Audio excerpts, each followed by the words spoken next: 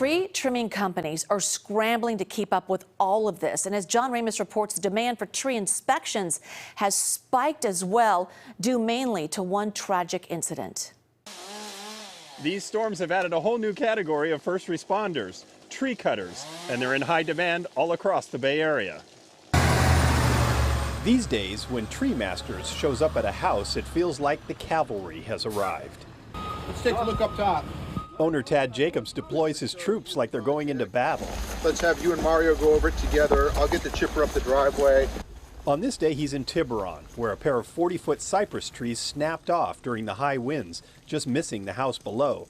It's a familiar scene as tree trimming companies rush from one job to another. Jacobs says the problem is that for the trees, the drought has actually lasted about 10 years. That's because in recent wet years, the rain has come down hard and fast and ended abruptly. It may fill our reservoirs, but hasn't helped the trees much at all. This rain's a little bit different. We're getting a lot of rain. It's consistent, it's low speed, and so it's really saturating the soil.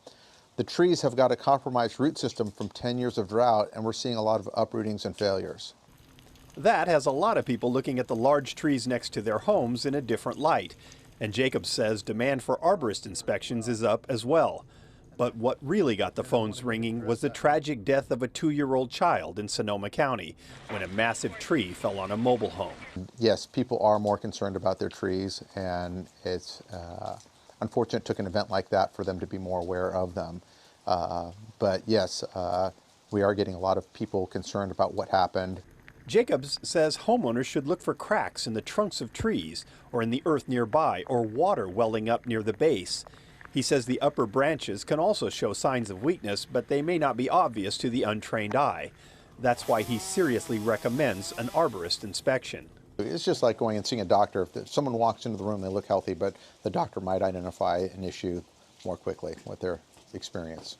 And there may not be a lot of time to waste. All the conditions are here to create what Jacobs calls an arboriculture Armageddon. The arborist says we are lucky the winds have been moderate. He says with the ground this saturated and the trees this weekend, a major wind event could cause widespread tree failures.